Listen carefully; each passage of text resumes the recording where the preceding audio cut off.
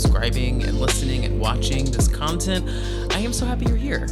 And a reminder, if you want an early access ad-free version of the episode you're watching or listening to right here, do subscribe to the Dumpster Dive Patreon at patreon.com/dumpsterdivepod to help support this here show.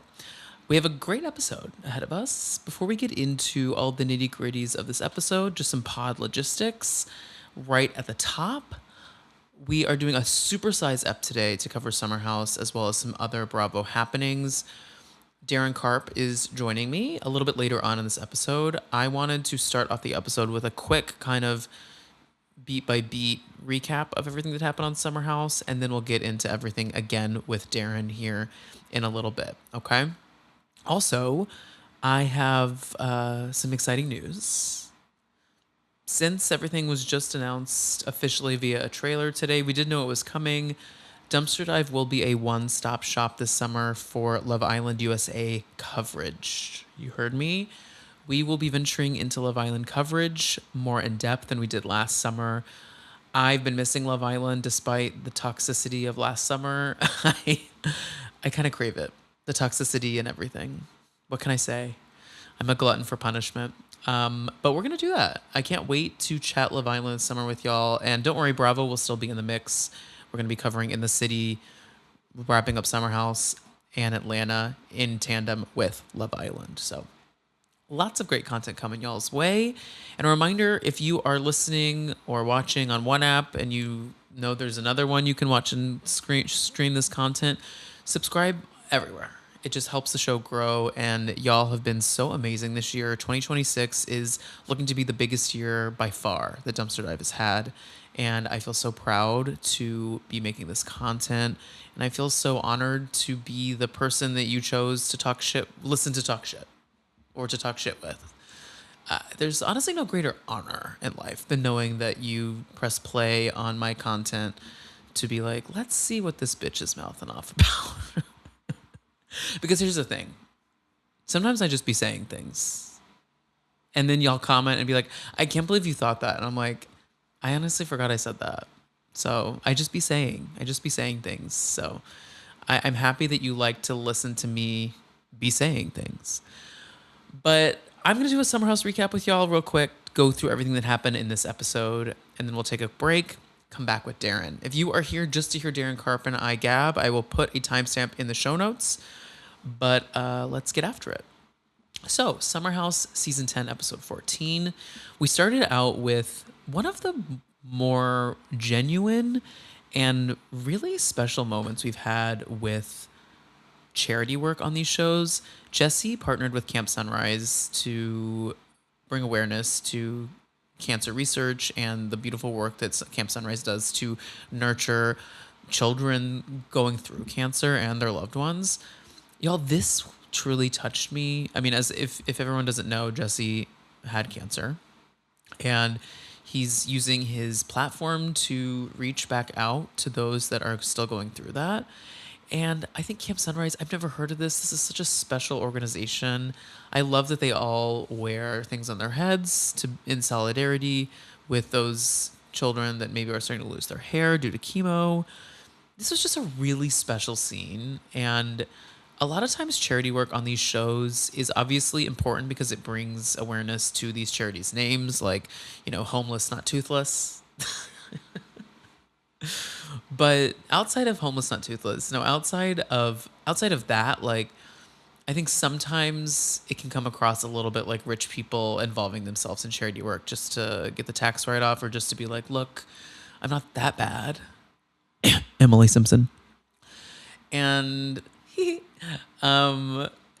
yeah, this just felt really genuine and really special, and I was really touched by this. And I love to see Sierra, Wes, Jesse, Ben, and Carl all be together with these kids. And y'all, the one big takeaway from this scene that really made me laugh was Carl being like, can I give you a hug?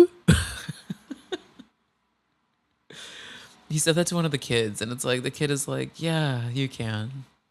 But he's just so sweet and awkward. And, you know, I thought this was a really special scene. Speaking of special scenes, we also get a very brief scene of this Bailey It Girl event. Now, we never really saw much of the event outside of Amanda and Lindsay getting there to gossip about Sharon, the other cast member on the show. But I did have to laugh because ever since Levi became Bailey's assistant, she's getting screen time all the time. She's mic'd up. Levi, you should have entered in as Bailey's assistant. I really should have done that. Levi starts crying about Bailey's successes, and then Amanda and Lindsay talk mad shit about the friend of Summer House this season, Sharon Radke. I don't know if she's a Radke. I don't know what her last name is, but of course it's a Sharon. And here's the thing, I got a lot of flack last week, and I understand y'all's point of view on it. I really do. And I'm kind of in the middle on it all. Y'all were saying that I was a little too hard on Lindsay about how she was treating Sharon when Sharon was terrible to her. I think my perspective on it is just that I am a type of person who is like, what is worth my energy? Like what conversation, what confrontation is worth my energy or not?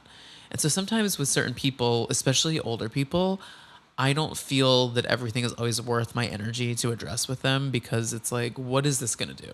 Like, how is this going to logistically actually make our relationship better? How is this going to make anything better?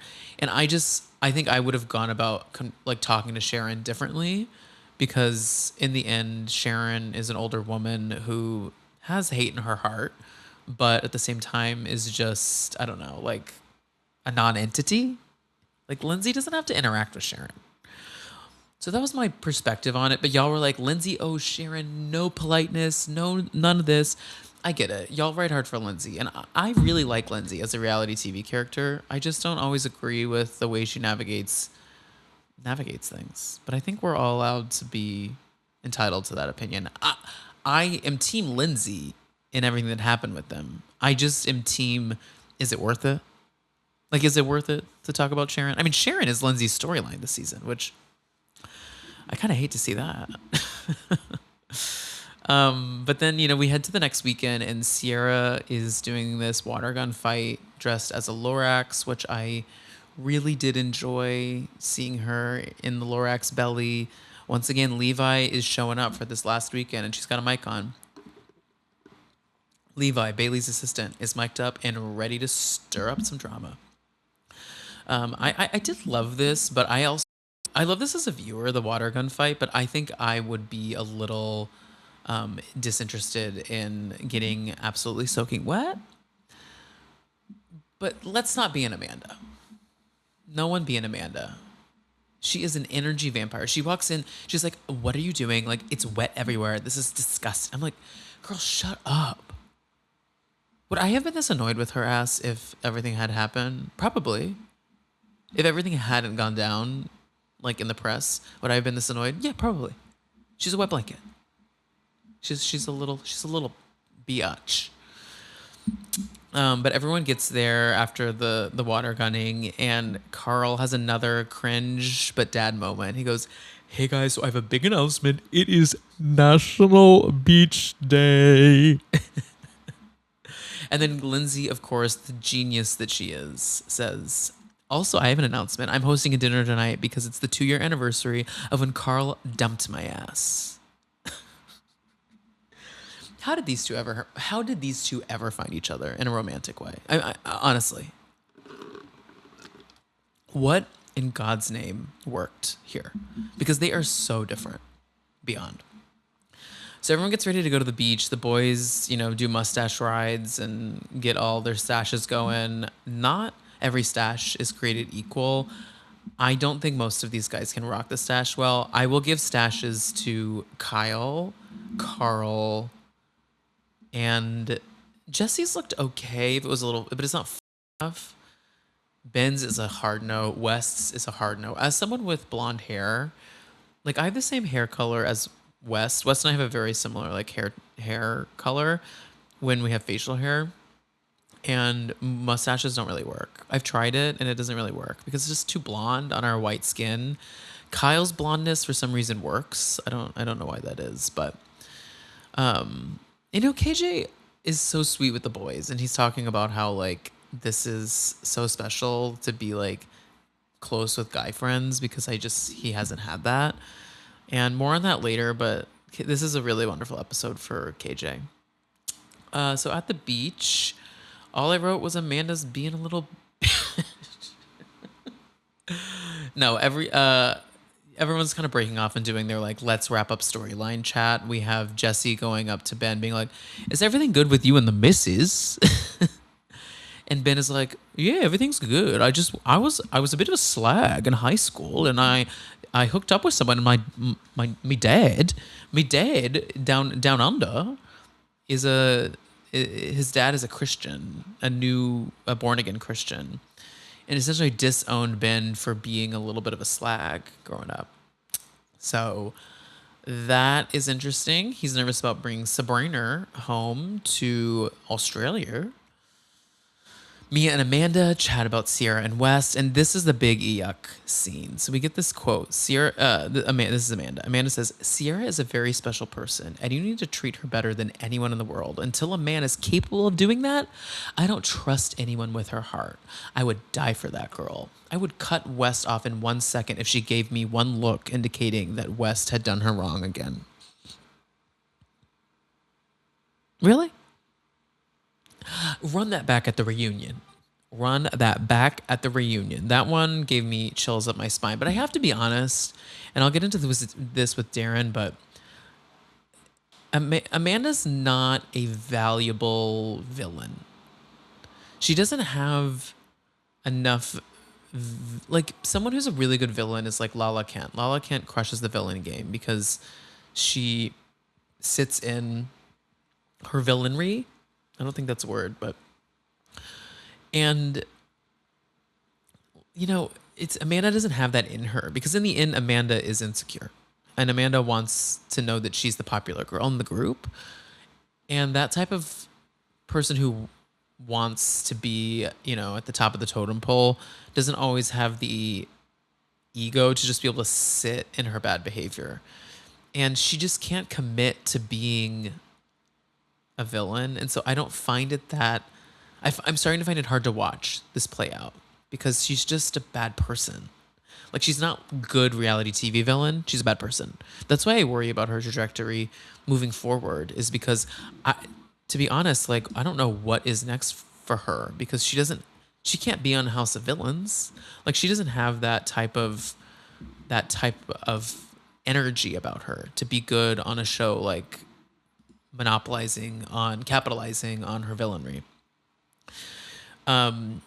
But yeah, I just that quote really fucked me up. I didn't like it at all. And then Sierra talks to Kyle about the separation. Now, I have a weirdly maybe unpopular take. I think sometimes there's a line with friends that you don't cross with, like, getting involved with relationships. And I think Sierra's crossing a bit of a boundary here, trying to talk to both Kyle and Amanda about separating. I think there's probably more mechanics at play behind the scenes here where they have been talking off camera about wanting to be separated and Sierra's bringing it to the camera. I think that might be at play here.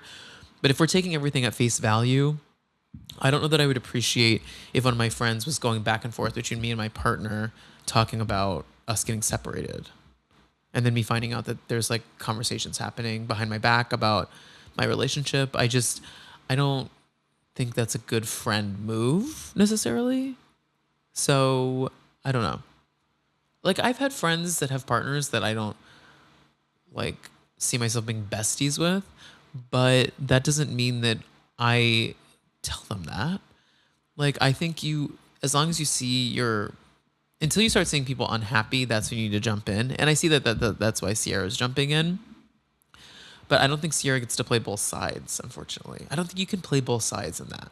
Like, I don't think you can go back and forth between both partners being like, well, should you do this? Should you do that? It's like, yeah, I don't know that that's appropriate. But I don't know. Maybe I'm crazy here. I thought that was a little weird. Back at the house, Amanda is flirting with West, of course. Of course. Why wouldn't she be? She's looking into West's room while he's getting ready for dinner. And she's like, you should really wear your hair like that. But they're all getting ready for dinner. KJ, Sierra, and Mia have sibling chat, and Sierra and KJ get set up with their grills, and they look great on them. Carl is mingling downstairs with Bailey and says to Bailey, "You look great. I would say this is probably your best outfit of the summer."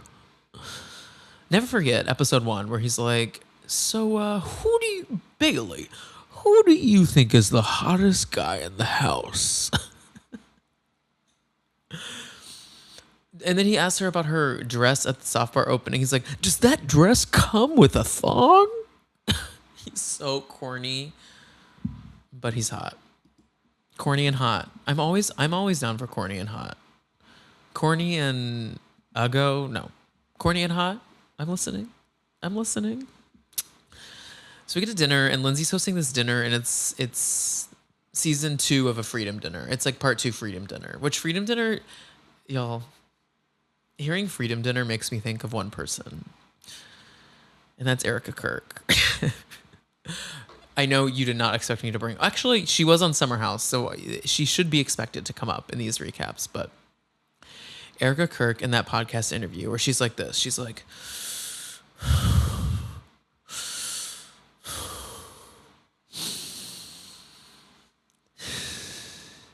every time Lindsay says freedom dinner, I picture Erica in that hat, that black hat she was wearing said freedom on it, in her Rhythm Nation get up, just being like,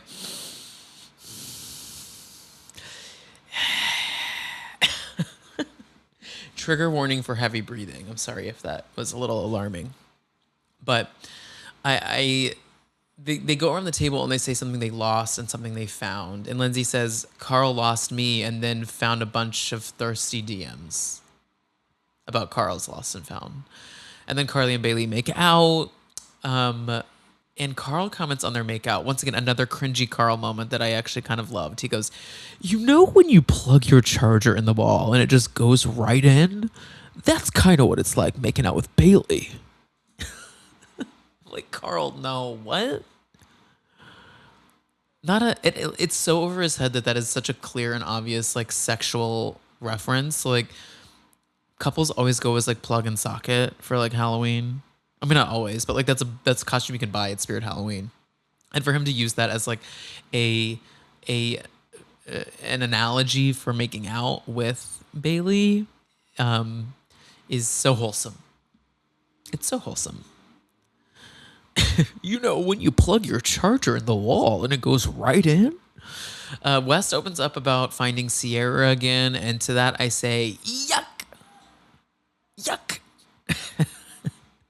KJ opens up about losing his real life brother and then gaining the brothers in the house. And I thought that was really special, but also sad because, he opened up on Watch What Happens Live about how he's been really struggling with everything that happened with West because they were really good friends. And he was like really emotional on Watch What Happens Live.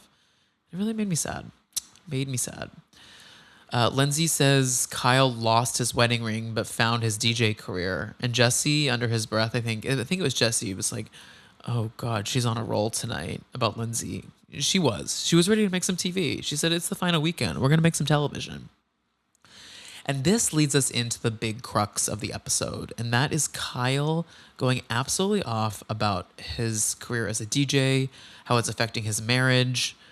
And it's dark stuff. Now, I have to say, Kyle later on, as the fight starts to escalate, looks Amanda in the eyes and goes, "Fuck you," which is uncalled for. However, once again, uncalled for. A partner should never say that to each other, especially a man versus a woman. Like, a woman does not deserve to be spoken to like that. My only thing though is Amanda is sitting there with a face of just utter disgust at her husband, just like rolling her eyes, like making these like, and like, I'm sorry. If I was there, I would have been like, "Amanda, can you just stop? Can you stop making these faces?" Like, it's not making anyone want to root for either of you. Like, that's my thing with Kyle and Amanda. It's like they both are unrootable. You can't root for either of them in their relationship. So I just want to be like, "Amanda, you're not doing yourself any favors coming across likable by trying to come across likable and then going like this. It's just like, shut up, Carl, stop. This is what I'm saying. She's not a likable villain. Lindsay sat at that table and said some of the most vile shit about these people. And you still kind of leave the episode being like, yeah, I kind of love her. But then Amanda can't get away with that type of stuff because she doesn't have the same quippy energy about her. Everything is such like dry energy vampire mean girl nonsense. But the kid conversation comes up, and this is where Lindsay is trying to intervene and is like, Amanda doesn't want to have a family with you, Kyle, if you're out in these streets DJing. And Ben tries to calm everyone down, and that's when Kyle says, Amanda, fuck you. And then West gets in the middle of this to protect Amanda again. And now these are the things where, you know, the sirens go up, the red flags go up, where we get the wee-oo, because why are you getting involved? My grand theory, and once again, y'all can disagree. I get the comments in the DMs that I'm the most wrong person you know. My grand theory is that they didn't hook up until the new year, or maybe the end of last year, around like right after BravoCon, but they had been emotionally cheating for a long time. She had been relying on West as a very good friend, but blurring the lines of what friend was just through like her texts and her emojis and her memes and her time. And this is an indication that, like, I think she had a conversation with West off camera being like, I love it when you show up for me. It means so much. It means so much, baby. And that's kind of what I think happened here, is that West is like showing up for his girl that he wants to but then, you know, this is one of the breaking points also is Kyle essentially says that Amanda doesn't pull any weight. And then Carl gets in the mix and tells Kyle to chill, but F out. And then all hell breaks loose as we barrel towards a to be continued. So that was a quick beat by beat recap of everything that went down on Summer House. We're going to take a quick break and dive into all of that again with Daryn Carp, as well as what Daryn is consuming in her reality TV diet. She's going to tell you all about her new show that just premiered on your podcast platforms. So we will be back with Daryn Carp to dive into everything. Reminder to follow me at The Tom Hamlet. Subscribe to the Dumpster Dive Patreon for an ad-free early access version of this episode. And leave me a comment. Leave me 5 stars even. And we'll be back in 1 second with Daryn. See you guys soon. Hi, Dumpster Divas. Welcome back to another episode of the podcast. And today I am joined by host, Pop Culture Encyclopedia, specifically host of the new podcast, After the Edit, where she dives into life during and after reality TV with your favorite reality TV stars. Daryn Carp is back on the pod. Welcome back, Daryn. How are you? Good. How are you? Good to see you. You look so handsome. Oh my God, you look gorgeous. I mean, we already did this, but y'all subscribe to the YouTube. You can see the background, the Pee-wee's Playhouse. It's funny because Pee-wee's Playhouse kind of like interacts with the background in a way. Like that is like, I want to like, we bought a house in September and I definitely want to like convert it like a room to just being like wacky, fun toy playthings like Pee-wee's Playhouse. So we're working on it. In the world being so dark, we need to find whimsy again. We need whimsy. We need 2 things we need to bring back: whimsy and shame. Yeah, shame needs to come back. But not around your whimsy. No shame around your whimsy. Not around your whimsy, but just in general, shame needs to like be a part of people's narratives a lot more these days. Plain bathrooms, another place that they need to have shame, because these plain bathrooms, I just took like 12 flights last week. They're just disgusting. I'm sorry to even go on a rant. I know we're not even talking about it, but please. Like they never stay clean. And there's always stuff everywhere. It's like there's a trash right there. Everything's labeled. I don't. Well, COVID altered us. You know, COVID altered a lot of people's brains, and I think there are a lot of us that talk about it, and then there are a lot of people that just kind of pretend it wasn't a life-altering era, and they're like, "Well, it was good. We just kind of like forged ahead with life." And I'm like, "No, your brain chemistry altered. You became incredibly selfish, and you became incredibly proud of being an asshole." And like being okay with just saying these things where I'm like, wait, you good? Like, I want to do the Rachel Zoe, like, are you okay? Kind of thing that she says, are you okay?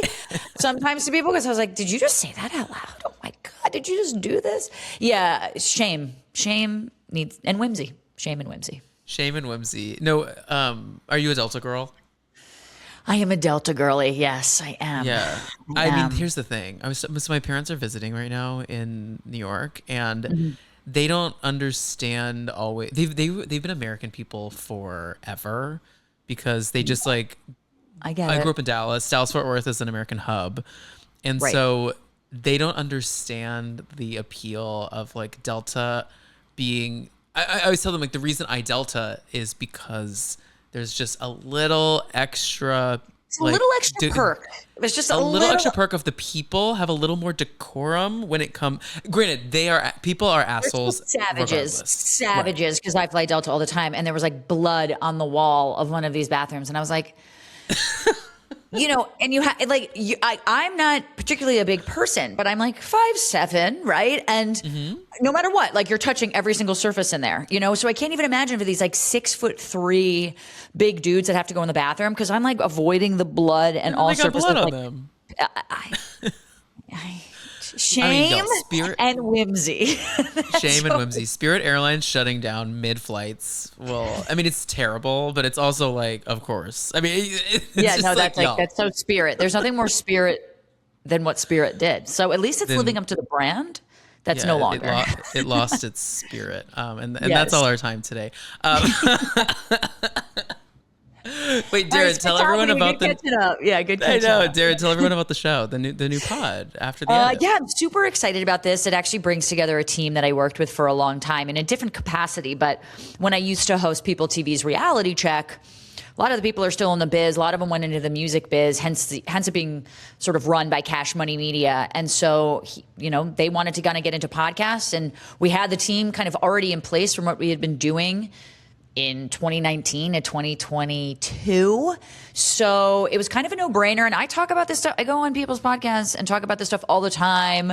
I'm talking about it on my Instagram all the time. I love having opinions about it. I feel like I understand nuance, not only because I understand how the meat is made, but also because I'm a fan. It's something I think I've learned from Andy is like being really authentic. And so it's like, I love reality TV. And I also know what it's like, before an edit and after an edit and things like this, hence it being called After the Edit, because I just want to know what the cast members feel filming something versus how audiences take it and how they perceive themselves after everything is kind of said and done. So it's a really fun deep dive into the shows and the people I think that most reality TV watchers love.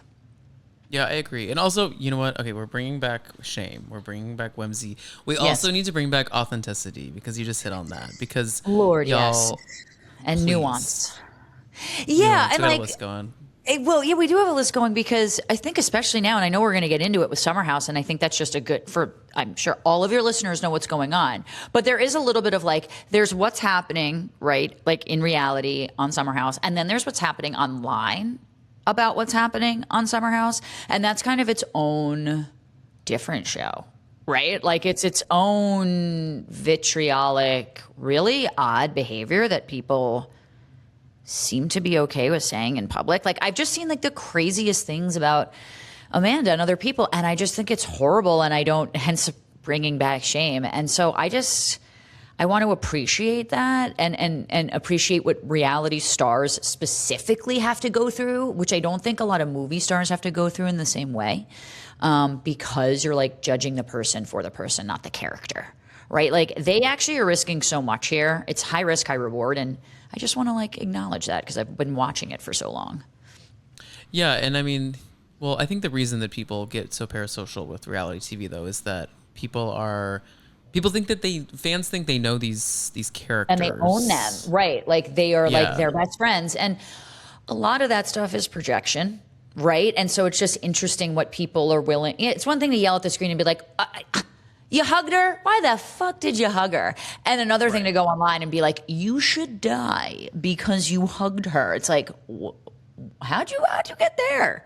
Like, how'd you get there? Yeah, I know. And y'all, if you are creating content, about the shows, a reminder, and this is a reminder for myself, okay? Yes, Also, yes, we're 'cause we sitting here both do talking this. about the show. We are creating content. We are making a little cash about talking about the stuff that's happening. You can't be so mad that the things happen when in reality you got something to talk about. Like, and Yeah, you have that's content also to create true. about it. Yeah. Yeah, I mean, all of that is true. Listen, you sort of get what you sign up for in so many different ways. I'm just so curious how people like deal with I can't imagine being like Western Amanda right now. And it's not like I feel cannot. it has nothing to do with like right or wrong. It just has to do with like, what do you do when you can't do anything without everyone reading into everything? Like you take a sip of like orange juice and they're like, oh, he wore orange on the 5th episode. And obviously they've been together since October. I'm like, the wow. hat work. I am not that into details, but they're like, that's the neither. Elwood hat. They're like, that's Yes. the Elwood hat that he gave wearing to Elwood Amanda shorts after she right slept now. over on February 27th. And then I'm like, wait, huh? Like, how did you get there? But you know what people do. I saw a picture of Jesse and Lindsay the other day, and it was like at a restaurant. I can't remember the restaurant right now. And they were like, this is the picture from that night where Jesse told Lindsay that he thought West and Amanda were hooking up. And I go, what is this?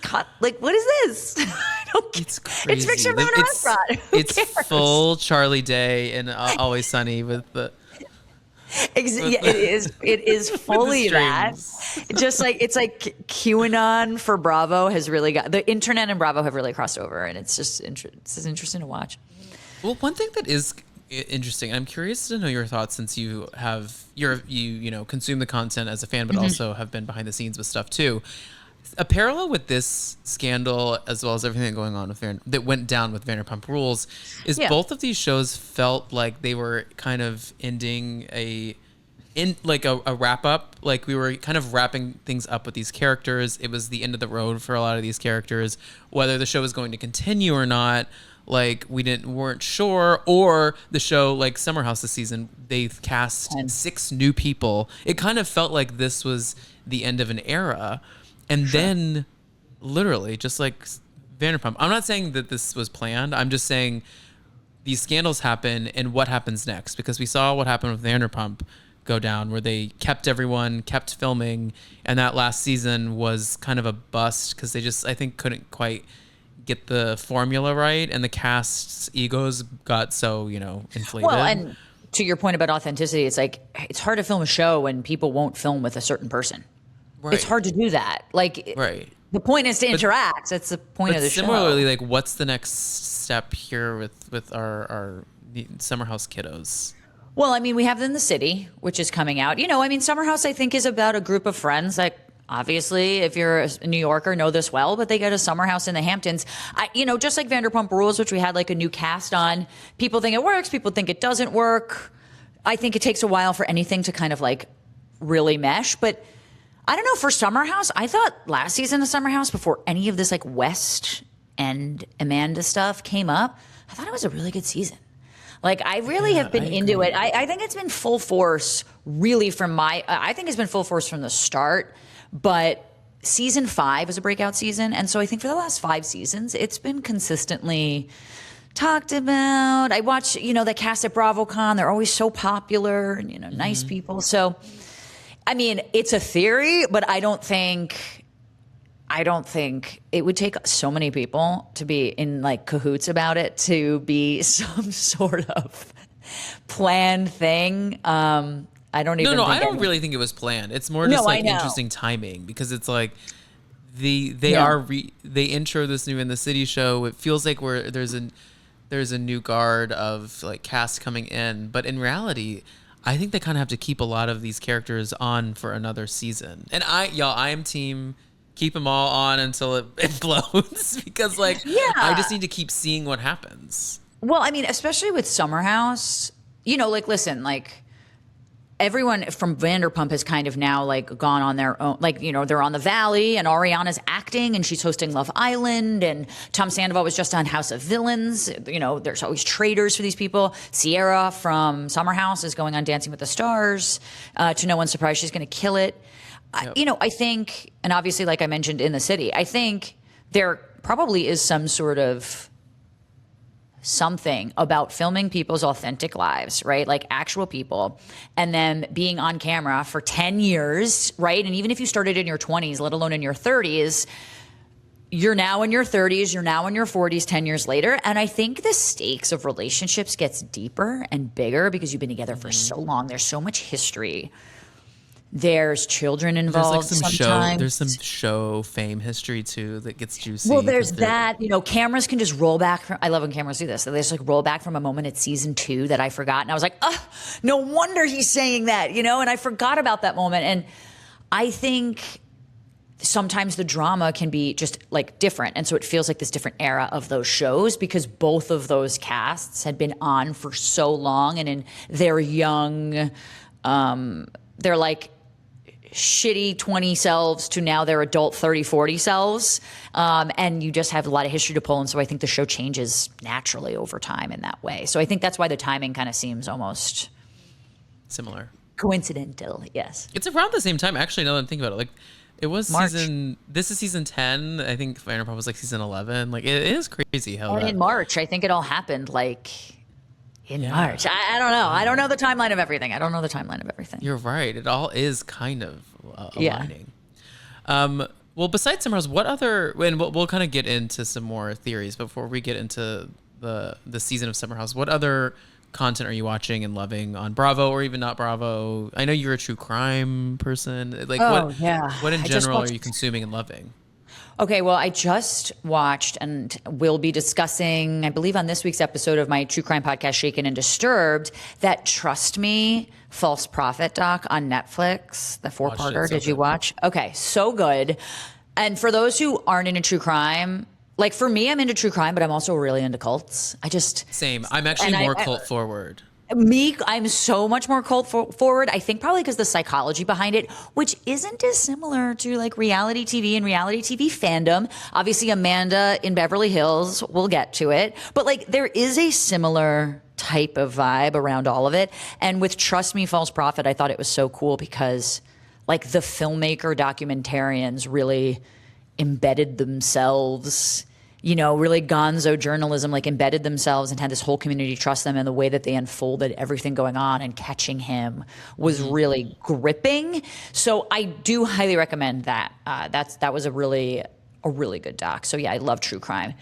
What was cool about that doc to me too is that I felt that the premise lightly, without too many like kind of spoilers about how it all goes down, but like these two documentarians go into an FLDS community in, I believe, Arizona.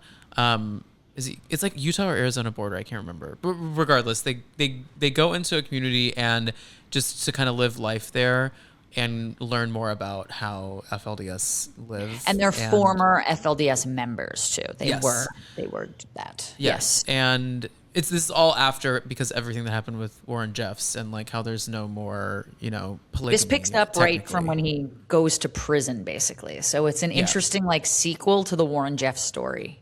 Yeah, which there's another doc on Netflix about that as well that you guys should watch. But what I found really cool, I know.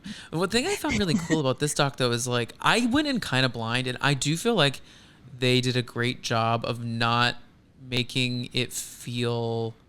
One, it doesn't feel incredibly salacious, which feels crazy to say because they're filming these people's lives, but they do take it with a lot of care.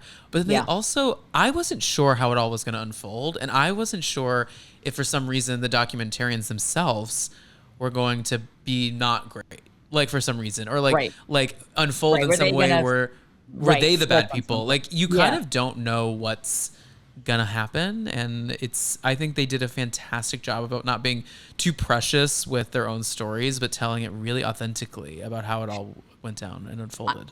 I agree with you, and what struck me the most is really like their patience with everything that they knew that they sort of had to watch and agree with and sort of go along with these really very subtly manipulative and also obviously manipulative things that this guy was doing, especially to these underage women, in order to nail him in the end. And that was like what was really, I was telling my podcast partner thing at the time, is like, if I was doing that, right? If I was like boots on the ground filming this, the moment I saw something sus, especially with a 12-year-old girl, or, you know, I think his youngest wife is 9, I would just like get her the fuck out of there. Like grab all of them. I don't know even what I do, but it feels like I do something.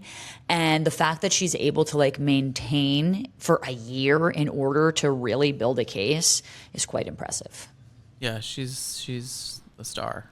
It's Yes, a great she doc, y'all. Go watch that. Yes, it is. But back to even more fun reality, what I'm watching right now in terms of, I watch all the Housewives, big into Rhode Island, been loving Rhode Island. Epic. Wait, so this last week I was in that's Rhode hot. Island.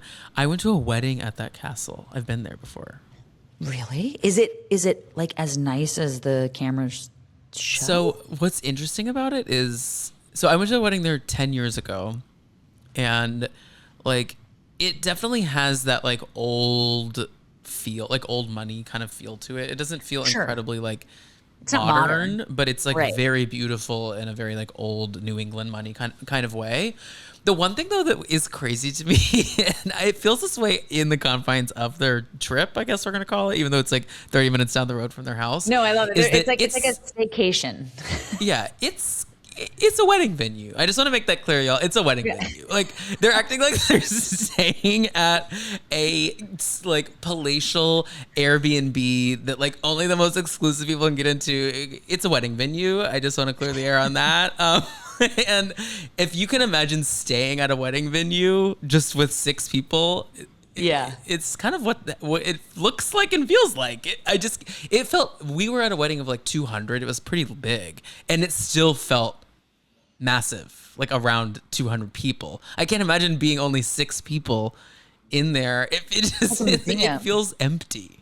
Yeah, well, I mean, and that's, they do make it look very luxurious. Obviously, I've never been there, but that is hilarious, and I imagine that to be the case.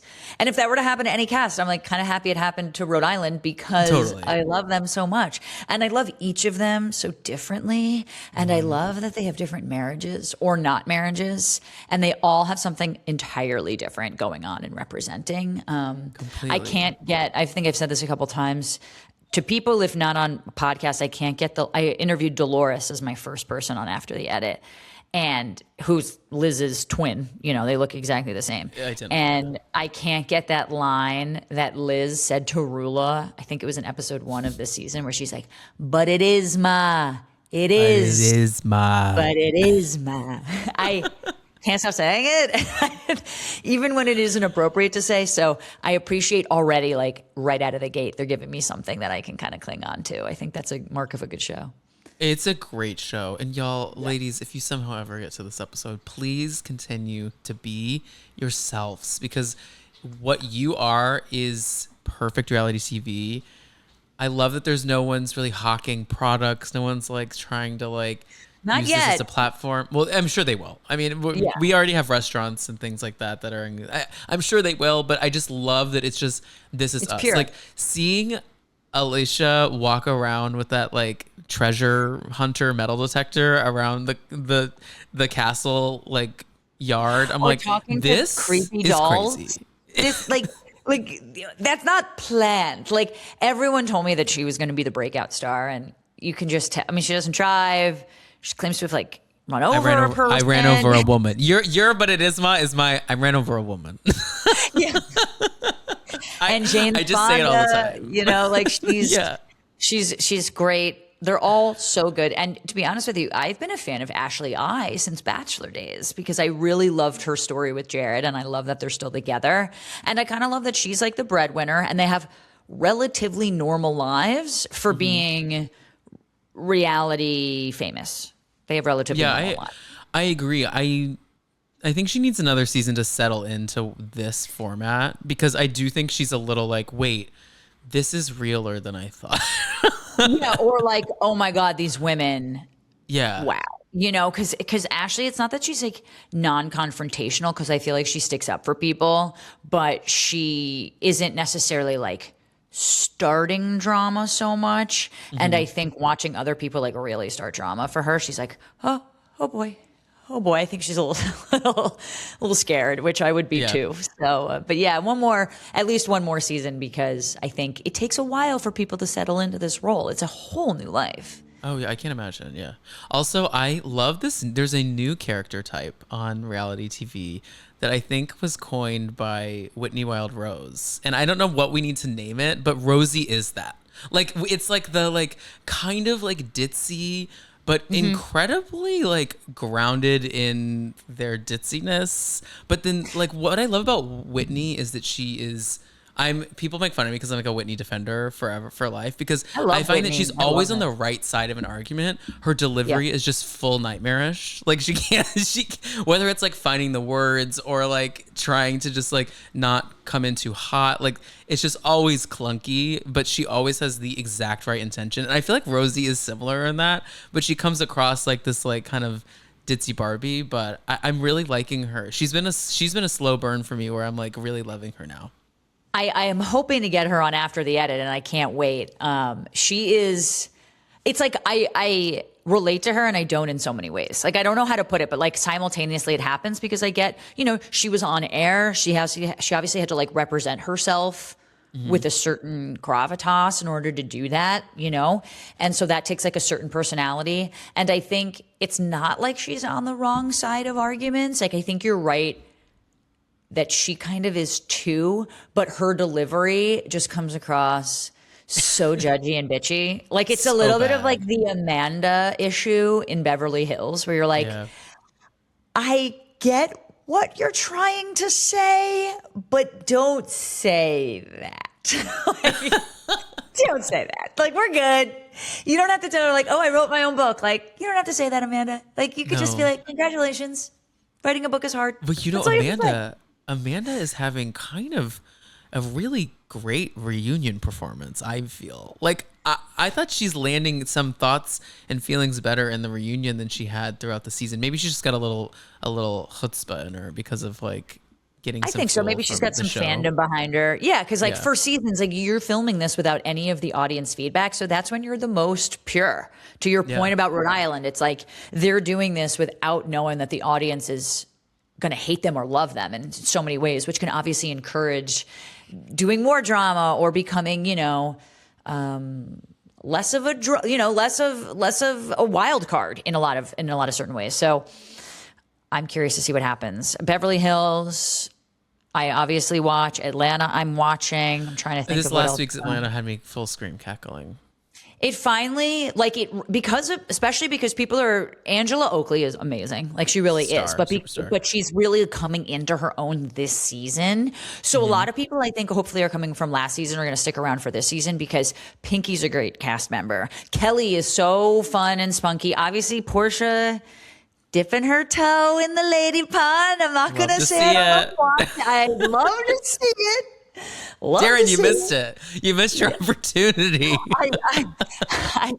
I think I've probably told her before at BravoCon. I'm like you claim that you could maybe be bi. Like, let's go. Yeah. Like, all these housewives that say they're bi, like, let's show the other side. Sure, you could date a man, but just try. Like, just. I am fully Sway sexual. Like, whatever Sway is doing is working for me. Sway is like, I think Sway is one of those types of people that like everyone's attracted to her because she not only looks cool, but she acts cool and she's got swagger.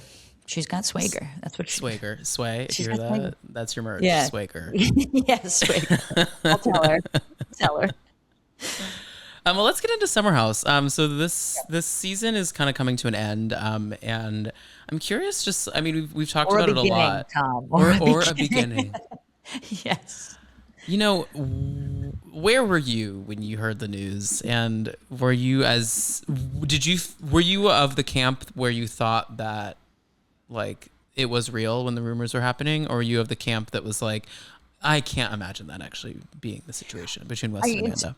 It's funny. So I remember exactly where I was when Scandal broke because Andy was the one to tell me. So I remember that moment, and it wasn't too far off from when like the whole world, right, like found out, and that felt like everyone collectively found out on that one day. But with Summer House, it had kind of been building since end of February, early March, and certainly people were talking about it. I was seeing it online from Dumois here and there. A couple people had asked me like, what do you think about it? And it still felt back then, I would say late March to me, really far off. It seemed nuts. And not only, and I'm not, this is like literally no judgment to everyone, because keep in mind, these are real people. And also this happens all the time. And I also feel like if this scandal were just gay people, this wouldn't be a scandal at all, because this happens all the time with gay people. I just want that to be said. This is like a strictly heterosexual. This is a straight problem. And it is such a straight problem. Gays don't have this, I think, because there's less of us. So we just like, it's okay to be friends with exes and like hook. I don't know. Like it's just more open in our collective, right? You'd agree with this. But also gay people also just move on from things too. They would. Like, they just be like, whatever, just do it. Like, you're kind of a bitch for that, but whatever, Right. I would say for the most part, that's true. So to me, it also felt like this can't be true, because it seems silly and a really bad move on both their parts. So I didn't believe it. I thought maybe there would have been a picture misconstrued at one point, holding hands, being flirty. But finding out that it was actually true, I honestly don't remember exactly like where I was. I was certainly working. I must have been in my house, but just kind of collecting like, yeah, this absolutely happened. And, I remember reading the statement before, like right before it got released, maybe 20 minutes before it got released, reading the statement and thinking it was horrible. Obviously, I think a lot of people don't really know a full timeline. We haven't seen the Summer House reunion yet, where I have no doubt in my mind we're going to hopefully get a little bit more clarity on that. Even when West went on that podcast, I was like, okay, I still don't really know when it started. I'm not sure it matters. I also think for Amanda's marriage, like I think they had the rule that they can, even though they're separating, they can be with other people. And to be fair in society, like it's easier to watch Kyle do it than Amanda do it. And I just feel like, I know it's with West, but take that out of it. Like, how is it okay that he does it and has had those rumors swirling around her for years, and I'm not true, but still have to deal with it? And like, she goes out with one boy one time, even if it's West, and be like, oh, you're cheating on Kyle. That felt really sexist to me, to be honest with you. Yeah, I'm curious. So I want some straight people to hit up in the comments, because I'm genuinely curious. Because to me, if you are separated, you haven't filed divorce, but like you can. I think it means you can do whatever you want unless you're specified. Single. Right, you're single. You just can't get legally married to another person. Like that's what that. I mean, unless there's some sort of. You still live together, you have children, you can't bring anyone home, something like that, which I'm sure there is. But like, to me, that would mean that you aren't monogamous with your spouse anymore. That's what that means to me.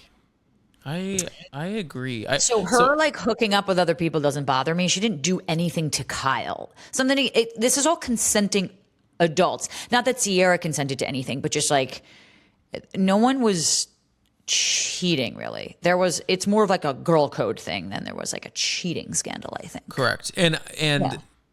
Especially because Sierra has been nothing but like so nurturing to Amanda through her divorce, and seeing everything that's happening now. Ugh. I mean, seeing these last couple episodes where she's literally like trying to help her say the word divorce, or help her say the word like, I want to be separated. Like, she can't get there on her own.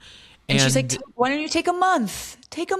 And just process. And so supportive, and just that's honestly worse. Well, and also seeing Sierra with West and seeing what he's saying to her. I obviously think Amanda owed Sierra more than West did, because they had a longer standing relationship. But watching West say the things to her, like, when she's asking, like, can we be best friends again? And him being like, I'm really trying hard. And then the episode before, we see him making out with someone in front of her. I didn't really buy that so much. I think men maybe are just different emotionally in general. But yeah, I think watching these episodes now, it's really easy to read into something was going on sort of from the start. And watching Amanda be really fiercely protective of Sierra, and not only Sierra protective of Amanda, is also so fascinating to watch. I know. I know. That's it. I'm the camp that I'm living in is that Amanda has not been fulfilled by her husband emotionally or physically for a while. And I think a thing that she does in general is just emotionally kind of cheat a little bit, become a little close with men that maybe others would feel was weird. And I think that she just has been in a very serious like friendship with West before filming for the season started throughout. And it was kind of like always leaning on each other for things, texting, recapping the weekends together. Right. And it felt like friends, but then like there was just that one day, right, where like all of a sudden you like the look is different. He accidentally touches your back or like, yeah. Like, and then you're like, wait, I want to make out with you and blow up my life.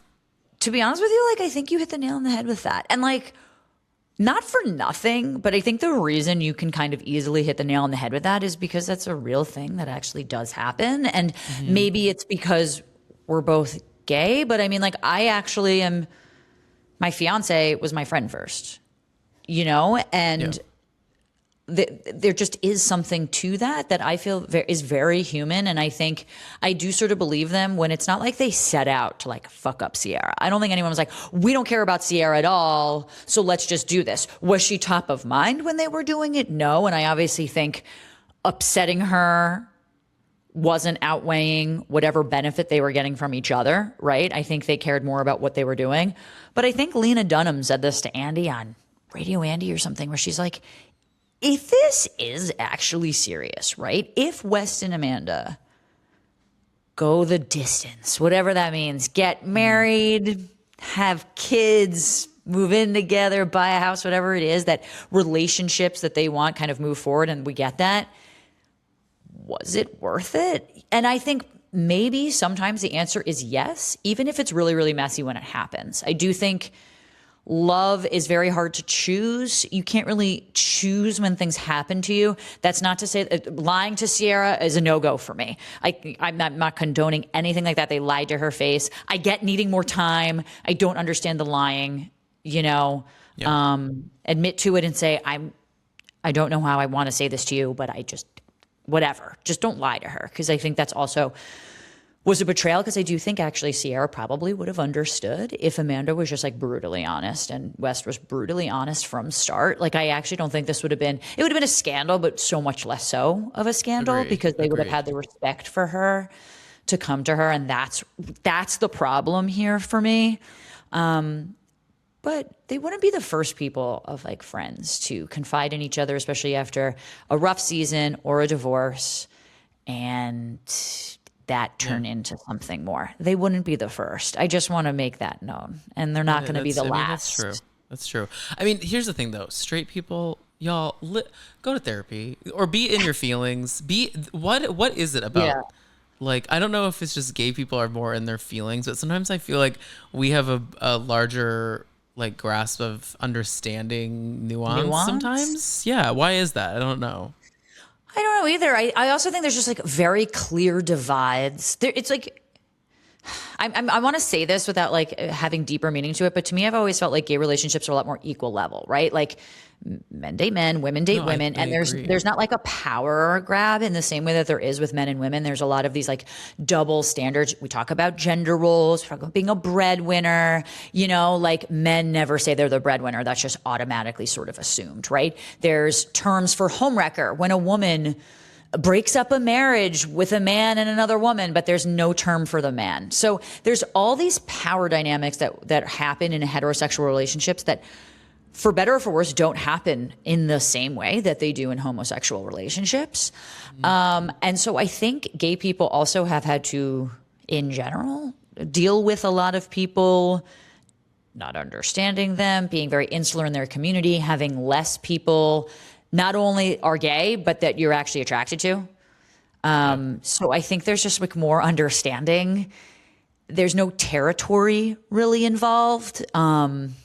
You know, I see a lot of times in a lot of these shows, women, it tends to be more women, but men certainly do this too, where they become like territorial of the guy that they meet the first episode. And they're like, okay, we're getting married. No one else touch him. You see Love is Blind all the time, for example. Yeah.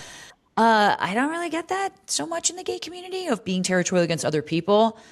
I don't see that as much. That could just be our own like bubble that we're in. There's no really like science to back it up. But to me, it's just kind of, I don't know, a collective like equality that gay people have in their relationships without any of the territory or power dynamics at all. I agree. But y'all look for that in a straight relationship as well, because I want all of the women in my life to feel like they are equal to the men that they're dating, because patriarchy is real. True. Yeah. I just think, I mean, like, listen, it's a complicated thing, because I think there are people out there who are like, we're 100% equal, but the man has to pay.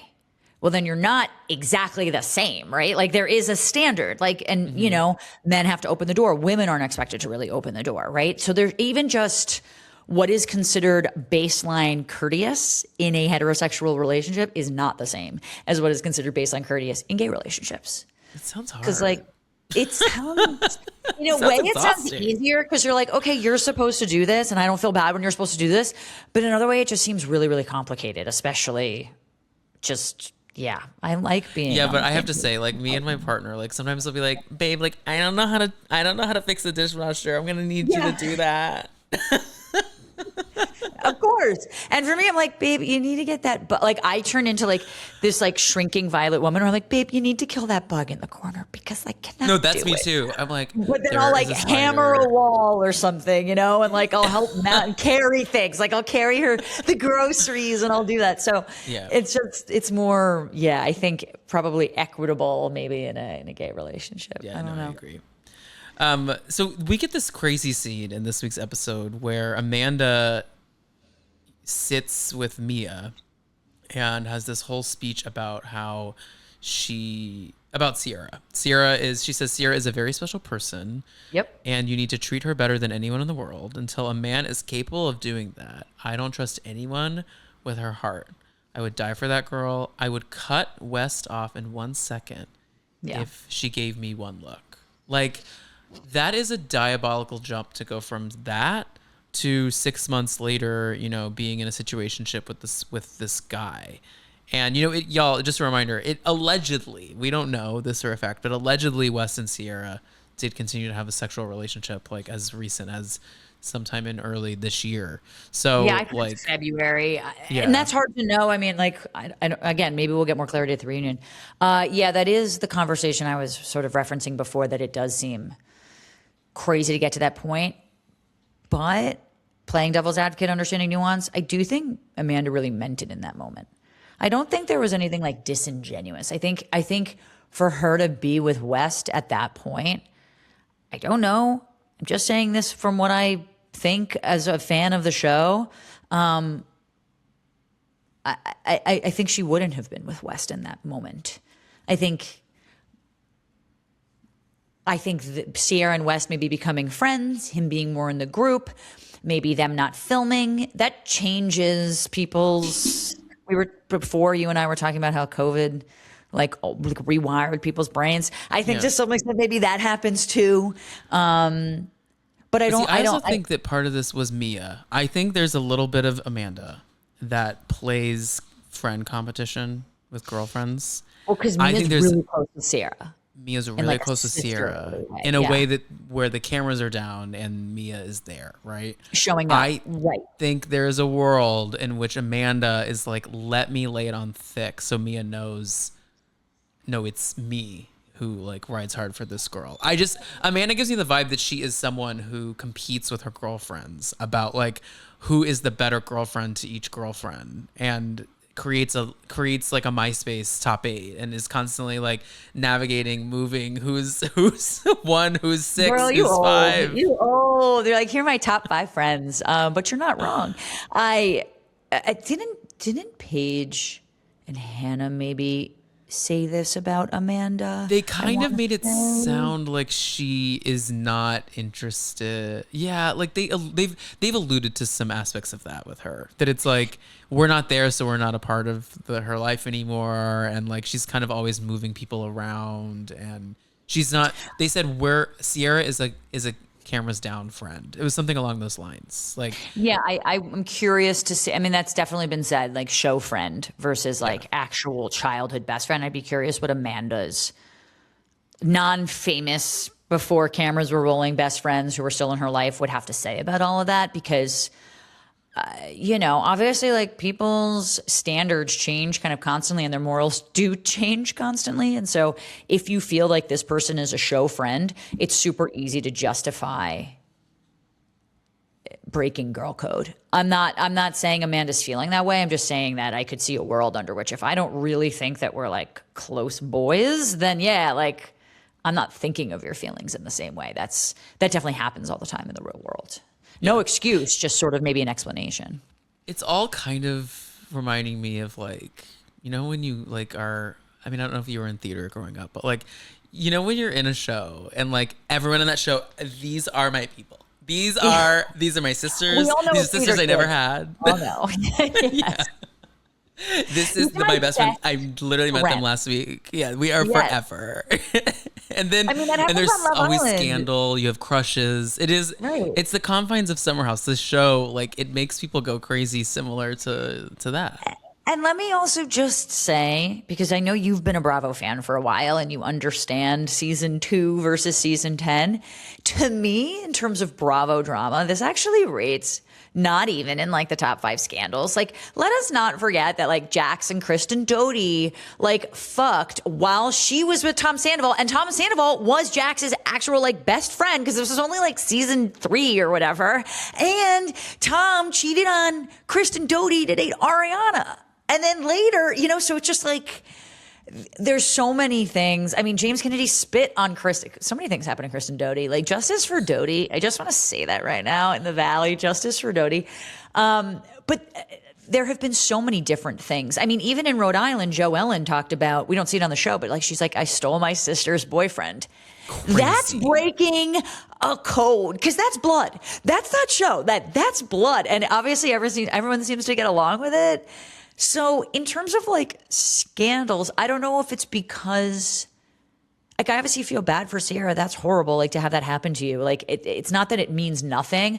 I'm just actually surprised it was like as big as it was in comparison to other things that we've seen before. I mean, Jen Shah went to prison. Like, the FBI came to Bravo's cameras and arrested Jen Shah. Yeah. Like, that's a scandal to me.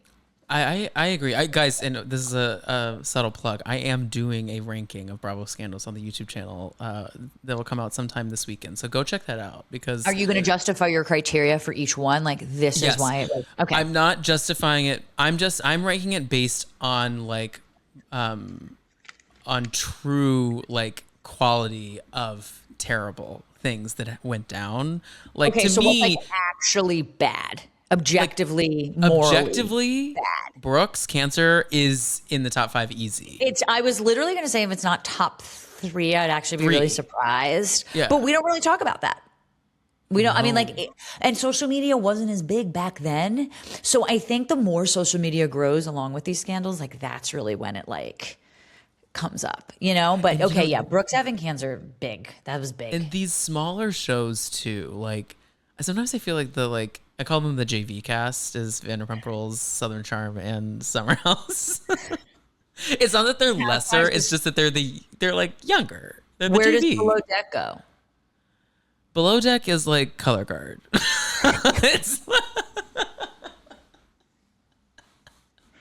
Below Deck, you're like at the game. You're at the game, and you're like, wait, who is doing that? Who is doing the halftime show? Color Guard is here, and you're like, oh my god, I'm trapped in a hotel. Below Deck is on. I know that your wife is a Below Deck producer. I love Below Deck. I'm just saying, like, I feel like Below Deck comes to you when it comes to you. Like, you'll be like in a hotel and you're like, I'm now deep into Joao. I need to go consume every Joao season ever. Let me just say, top scandals happen in that show. I think, and like, agreed. And because it's work, small space, and also friendships, it all like, and very good looking people, who drink and party, like that has top scandals as well. But okay, interesting. How many scandals are you ranking? Like top 10 or just like? So I'm ranking 10. Okay. And then I'm having some honorable mentions. But I'm curious to see what people, I won't reveal all of them because some of y'all I feel like will be like, why is that not in? But actually I need to add in, because I'm recording it tomorrow, I need to add in the Kristen Jax of it all. Because at first I was just writing out like the ones that are either truly legal was involved or like salacious headlines. Where the Jax and Kristen of it all was in such confines of that show that it almost didn't feel like a scandal. It just felt like every day. The bar, like and it was one episode, and then we all like moved on. But I still think about that because I was like, that's tough because that's my best friend and my girlfriend, and then like everyone is all mixed in, and it's like the perfect triangle, and Dodie. Well, see, now I want a Stassi, Kristen, Amanda, Sierra type of. Yeah. Just like a face push, whatever that was, kind of thing. That push is so epic. It wasn't a punch and it wasn't a slap. It was a face shove, whatever. Something. In the camera angle, we need to find that cameraman. The cinematography of that angle, where it's just like you see it over the shoulder, and she just like looks almost at the camera lens, and it's like, yeah. I will say, I think. If like rainy day, you're inside, you want to binge something 10 episodes. I think my favorite series to do that, like old, like a OG, is Vanderpump Rules and Real Housewives of New Jersey. Just saying. Those are the best. Jersey is crazy in the beginning. It's just great. It feels like a warm hug. Like it feels like you're in suburbia on your parents' couch with meat and meatballs and gravy, and like I'm from Jersey, so I think there's just something so homey about it. Everything's like so Italian and so wood. Like it literally is so Sopranos-esque in that way, just so Jersey. I love the first few seasons of Jersey for sure. Oh my God, so good, so good. No, for me, I return most to golden era RHONI when I'm in a down place. To which a golden era RHONI kind of changes. Life.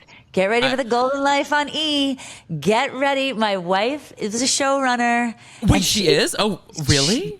She is, and it's going to be great. It's going to be amazing. I'm so excited because the little teaser looked great. I have to say, it's fun. They're funny. Like Luann and Sonia are funny. They're just that's why Crappy Lake was so silly, and it was whimsy. That was whimsy. That was pure whimsy of bringing something back. Just like a series, not even that needs to be drama, but just stupid fun. It's kind of how I feel about Christopher Guest movies. It's just so fun and light. Yeah, right. I think because I watched A Mighty Wind, and then my parents watched Best in Show the other day, and I was just like, oh, I love these things.